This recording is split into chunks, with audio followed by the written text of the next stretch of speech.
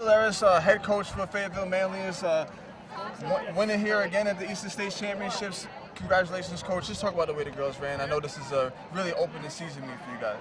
Yeah, it was our first honest, hard effort of the season. We haven't raced really in a month.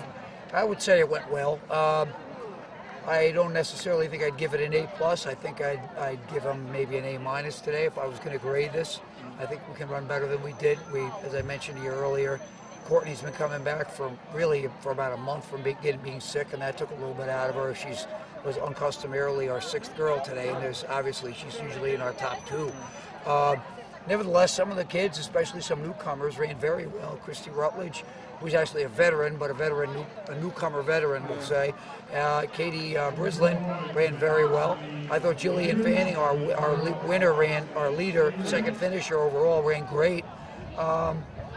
And Katie Cisco had a solid run as well. So, overall, I think it was a solid representation. I think it was a good start to the season with, another month of work to go before championship season. You're quick to talk about the character of your team, and I thought that they ran really well when Courtney was back. And Jillian, when she talked about how she ran early on, she really went after Cuff and tried to keep her in contact, or at least in eyesight, for as much as she could. I think Katie followed a little bit. Talk about the character of your team and the way that they were able to stay together when their leader was back. I told the girls before, leading up to this race, in this few days before, and they knew this and accepted it. Do not count on Courtney being up there where you customarily see her. Do not count on her being our leader today because she's still coming back. If she contributes and runs great, that's great, but I'm not counting on it. That means that she needs to be counting on you guys. Courtney's going to go out and lay it all out there with everything she's got, but if it's not there, you guys have got to do it. Even if it is there, you guys have to do it. And I think they took that to heart. Talk a little bit about Jillian and Christy, because this season I think they've really come along really well and really fast. Yeah. And now they're running in front with you guys. Yeah, I think Jillian is doing a terrific job. She was, again, early season. We really were just finding out what we've got and working on things. We went after our early invitational, Chittenango Invitational. We went to work for a month, and Jillian got it together. She ran very solidly today, very assertively, and very purposefully. And I would say Christy did the same thing. Christy ran great a month ago, and she's running great right now. She's a big contributor, as is Jillian, as are all the girls. Now, you didn't have Saratoga in the race. They pulled out yesterday, and I know that didn't affect the game plan, right? But it did affect the race. Just talk about how the girls responded. Well, we knew it last night, and really I put the question to them as, what does it matter? I mean, if we're not racing this race to merely win. We're racing the race to see how fast we can run. And in that regard, taking nothing away from Saratoga, they're a great team, great coaches, great program, and they're doing great this year, as you saw a week ago at Great American. I'm sure that they acted in pulling out of the race in the best interest of their team, and that's what we coaches are supposed to do, look out for our team.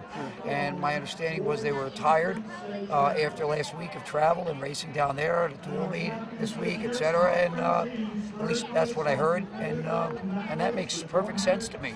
So as far as what effect it had on us, yeah, we would love to have them in there. Whenever you have a top-notch race, you want the top teams in there, and certainly there were other top teams in this race. Not downgrading anybody else in the race. This was a great race. It's just that Saratoga would have made it a little bit, well, not a little bit, a lot more intense, and it would have been a nice opportunity to race them. But what did it do for us? We had to go out and run hard, and that's what we did. That's it. Just while I got you here, today's been a pretty slow day for the boys. Rosa was at 12:28.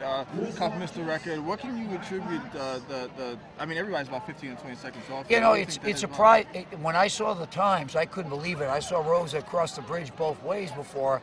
I thought, man, is he going to be shot a crack at 12? Yeah. And when I heard 12:28, when I came back, I couldn't believe it. And as I look at the results and hear from you and others, it appears that it was a slow day for people to run fast. If you've run fast today, for whatever reasons, you've had a hell of a great day. Yeah. I don't know. They say it's 2.5. I'm going to believe them. There are subtle differences. I don't know that the angles of the start matter, but I do know one thing that's a change that is, I think, positive for the grounds, but it may have made the start slower, is over there where it customarily is, the ground is hard-packed dirt and sand, or it used to be. Now, that's thick turf over there now. Okay. That may have slowed it down by a little bit, but, you know, I don't know that it would have slowed it down that much. Yeah. Something's different. I don't know. I mean, we have some people here today that are capable of running faster than they did. I think we have a few of our kids in the same situation. Yeah. So, well, something might be different today, but some things stay the same. Fayetteville-Manlius wins the Eastern State Championships. Congratulations. Thanks a lot. Thank you very much. Appreciate it.